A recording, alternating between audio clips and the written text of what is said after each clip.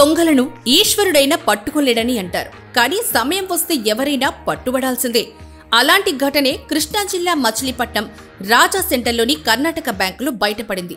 పోలీసులు తెలిపిన వివరాల ప్రకారం అసిస్టెంట్ మేనేజర్గా పనిచేస్తున్న జి సోమశేఖరరావు బ్యాంకులో ఖాతాదారులు తాకట్టు పెట్టిన బంగారు నగల స్థానంలో రోల్డ్ గోల్డ్ నగలు ఉంచి అసలు నగలను కాజేశాడు. ఆ నగలను వేరే బ్యాంకుల్లో పెట్టి లోన్లు తీసుకున్నట్లు పోలీసులు గుర్తించారు. చాలా కాలంగా జరుగుతున్న ఈ వ్యవహారం బ్యాంకు అధికారుల ఆడిట్లో ఇటీవల వెలుగు చూసింది. ఈ క్రమంలో ఖాతాదారులు శుక్రవారం బ్యాంకుకెళ్లి తమ నగలు చూపించమని డిమాండ్ చేశారు.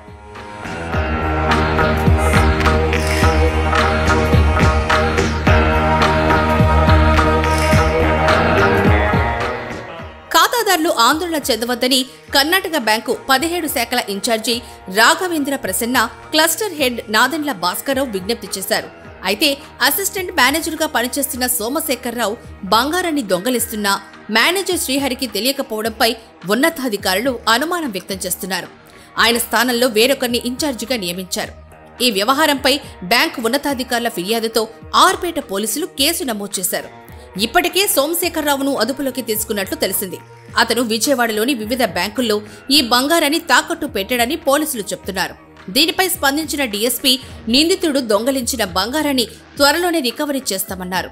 మరోవైపు మేనేజర్ శ్రీహరి అసిస్టెంట్ మేనేజర్ సోమశేఖరరావును సస్పెండ్ చేసినట్లు రాఘవేంద్ర ప్రసన్న తెలిపారు.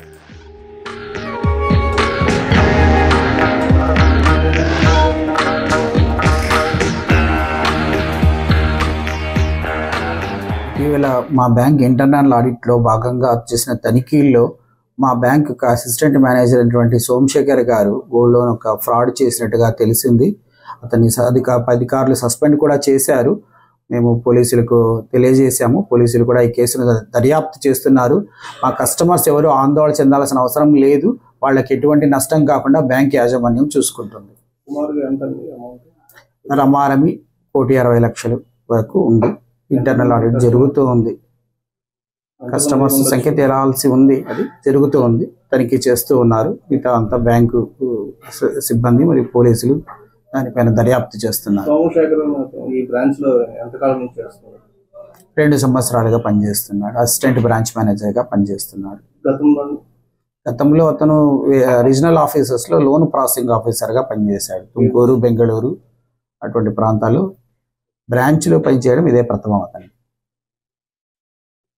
కస్టమర్స్ ఎవరు కానీ ఆందోళన చెందాల్సిన అవసరం లేదు. వాళ్ళ బంగారు గురించి ఎటువంటి దిగులు చెందొద్దండి. మీకు ఎటువంటి అన్యాయం జరగకుండా బ్యాంక్ యాజమాన్యం చూసుకుంటుంది.